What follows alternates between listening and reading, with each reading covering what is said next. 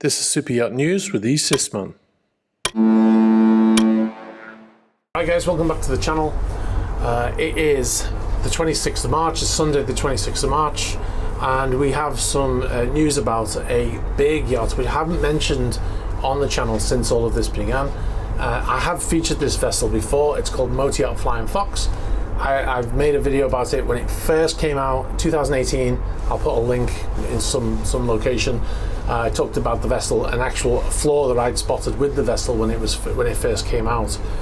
However, it's in the news for another reason right now.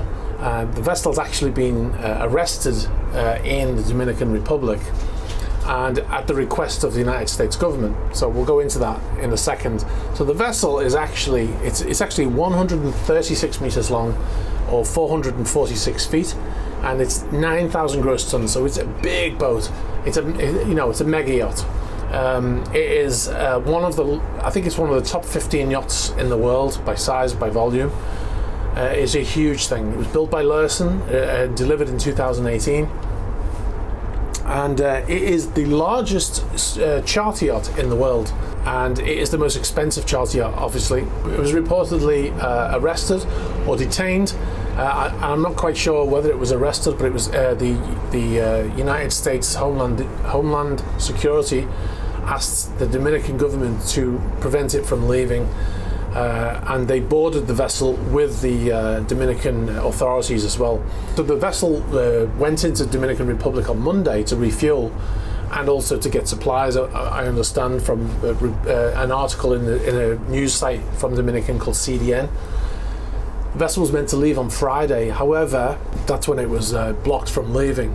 On Friday, the agents from the United States Office of Homeland Security Investigations, or the HSI, accompanied by representatives from the General Directorate of Customs and other Dominican officials, visited the boat on Friday in the port of Santo Domingo. Now you might be wondering, why is the Homeland Security able to board a vessel in the Dominican Republic, because it's not part of the US? Well, there is an article in the Dominican Criminal Procedure Code, which is called Article 155, which says that the public ministry, that they must provide the maximum cooperation to the requests of the foreign authorities as long as they are formulated within accordance with the provisions of international treaties and in this code. So translated loosely means that if a government agency from another country asks them to do something, provided that it's done properly, that they must comply with that order. So there were pictures and video of these agents boarding the vessel with US emblems on their uniforms, and they did a search of the vessel. I think the reason why it's been detained is to verify ownership of the vessel. The ultimate beneficial owner is believed to be Dmitry Kemenchek. Now, he's a Russian billionaire who owns Moscow Airport, one of the airports. I know the name in my head, but I cannot remember how to pronounce it, so I'm just going to say it's one. I'll put it on the screen. One of the Moscow airports. So the vessel is still there right now. One of the things that is quite ironic about this story, or unfortunate, depending on how you look at it, is the vessel, like every super yacht, wants its secrecy. They don't want to be in the news. They want to be just out of the news and discreet. And they're all surrounded by secrecy, and yet this vessel is in such a publicly visible place that everybody's going down there apparently and taking photographs with it in the background and filming it with drones and stuff like that. It's exactly the opposite of what super yacht owners generally want for their vessels. So that's quite an interesting story. Obviously I'll keep you updated with any developments that come from that, but at the moment that's what we know, that the vessel's prevented from leaving. So it's Sunday today, it was meant to leave on Friday, and it's still there as I make this video. Alright guys, I'm going to move on to the next story now. So this is about a converted multi-purpose support vessel, Motor Yacht Ragnar. She was converted, she's an ice rated vessel. She went up to Norway about 5 weeks ago, and there was meant to be a charter on up there.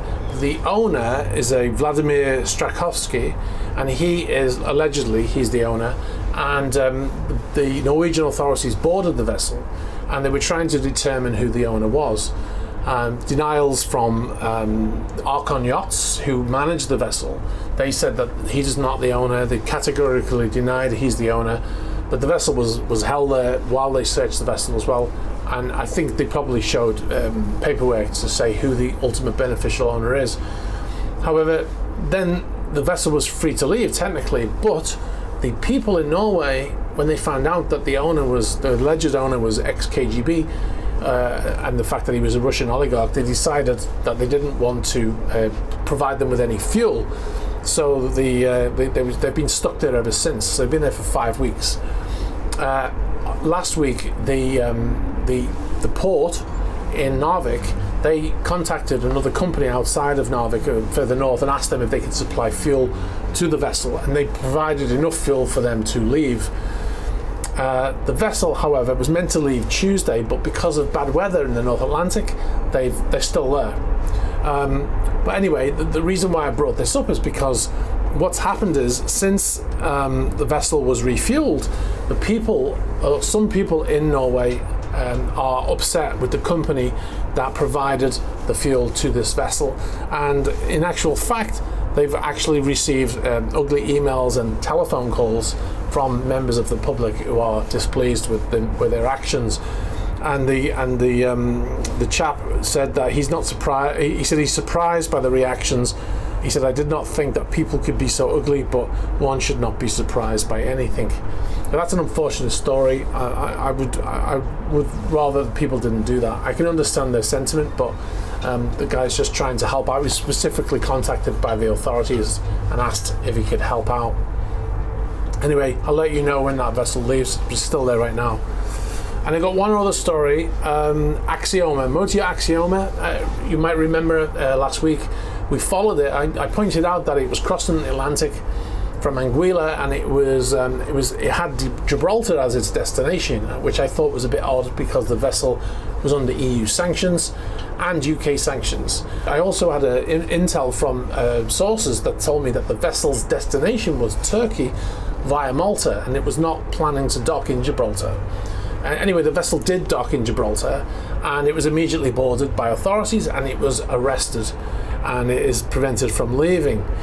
What's interesting about this is that initially it was believed that the vessel was arrested because of the sanctions, but it turns out that the reason for the arrest was it was the subject of an arrest action by a leading international bank in the Supreme Court of Gibraltar, and the creditors with a proper claim against the vessel who sought assistance of the Admiralty jurisdiction of the Supreme Court to enforce such claims. So basically what they're saying is that the vessel had an outstanding debt. That's what I can seem to be able to determine from that information there that I've taken from the Admiralty website in Gibraltar, that the vessel or the owner owed money to a bank, and the vessel was seized for that reason or arrested for that reason. So that is it's quite interesting. I will follow up with that story as and when I can. Oh yeah, one other thing, guys. Motor Yacht Nord. We've been tracking Motor Yacht Nord, and I said when it was in the Maldives or the Seychelles, I don't even remember where it was now. There's so many boats. But when it was still at anchor, I was saying that I had good intelligence that the vessel was heading to Vladivostok. Now, if you look at the information in AIS, there's actually a typo in there, but you can actually see that it actually has Vladivostok as its destination. So it is definitely heading there, as I had said all along. It's way on its way. It's just passing Taiwan as we look at it on the map here. So that's an interesting development that they've actually put in the AIS now, the destination, the final destination. It's quite interesting. Alright guys, I'm going to leave it there. Thanks very much for watching. Be sure to like this video and subscribe if you haven't already. And be sure also to check out my back catalogue of videos. I've got the video about Flying Fox. Is an interesting one, some nice drone footage of it. And there's lots of other videos there that you can check out. Some of the Q&As which will give you an insight into this industry.